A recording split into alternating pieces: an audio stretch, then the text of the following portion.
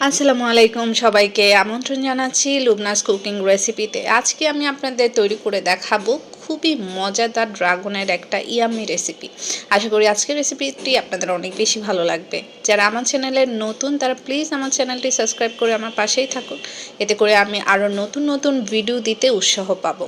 আর সাথে অবশ্যই একটা লাইক করে দিবেন। তো আমরা এই ড্রাগনের রেসিপির জন্য ড্রাগনগুলোকে কেটে এরকম চিকন চিকন করে নিব। আপনারা চাইলে ছোট ছোট আকারও করে নিতে পারেন, তবে আমি একটু বড় শেপ করে নিয়েছি। আর এখানে একটা ফ্রাই প্যানে আমি দিয়ে দিব পানি, 2 কাপ পরিমাণ পানি, সাথে 1/3 কাপ চিনি। আর এখন আমি দিয়ে দিব আগার আগার পাউডার। আমি এখানে 2 চা চামচ পরিমাণ আগার আগার পাউডার দিয়েছি। আপনারা যদি বাসায় করেন অবশ্যই পরিমাণটা মেপে করবেন, এতে করে পুডিংটা অনেক বেশি সুন্দর হবে।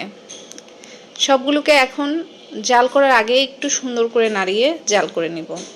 আর এই পাশে আমি একটি বাটিতে এরকম ড্রাগন ফলগুলো যে কেটে নিয়েছিলাম সেগুলোকে এখন খুব সুন্দর করে সেট করে নিচ্ছি।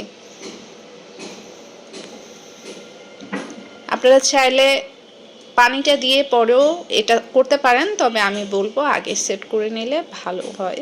পরবর্তীতে পুডিংটা যখন নামাবেন দেখতে অনেক বেশি সুন্দর হবে। প্রত্যেকটা স্লাইসকে এক এক করে সেট করে নিব। এই কাজটা আপনারা পরেও করতে পারেন, তবে আগে করলে ভালো। আর এখন আমরা যে জেলোটা বানিয়েছি পুডিংয়ের জন্য সেটাকে 2-3 বলপের জন্য অপেক্ষা করব।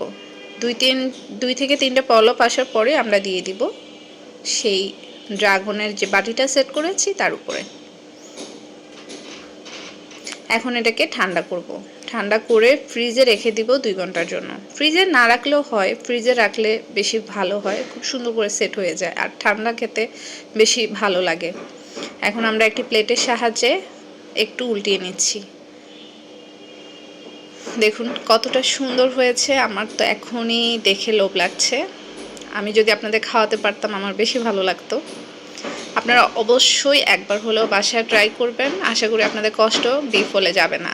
এটা এতটাই মজার হয়েছে।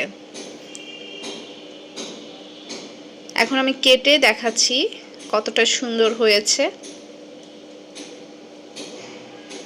আর বানানো তো একেবারে সহজ। আশা করি এভাবে বানাবেন আর সবাই অনেক অনেক ভালো থাকবেন। আজকের রেসিপি এ পর্যন্তই। আশা করি পরবর্তী রেসিপি দেখার জন্য আমার সাথেই থাকবেন। সবাইকে আরও একবার ধন্যবাদ জানিয়ে শেষ করছি। আল্লাহ হাফেজ।